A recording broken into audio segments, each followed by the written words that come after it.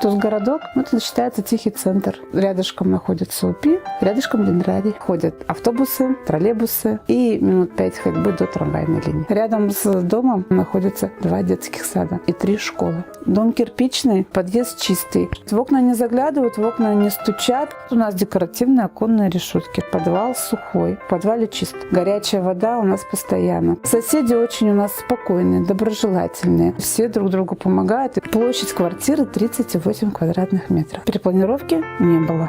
Межэтажные стояки поменяли. Холодной и горячей воды на пластик. Состояние квартиры хорошее. В 2012 году поменяли окна на пластиковые. Кухонный гарнитур в рабочем состоянии, но он не новый. Его оставляем. Заменили радиатор отопления и провели косметический ремонт. В ванной комнате сантехника в рабочем состоянии. Ванная комната подготовлена к ремонту. У нас есть 2 шкафа-купе. Один, значит, в большой комнате, второй в коридоре. Шкафы-купе мы оставляем. Тот, кто купит эту квартиру, будет мало того, что счастлив, он приобретет комфорт.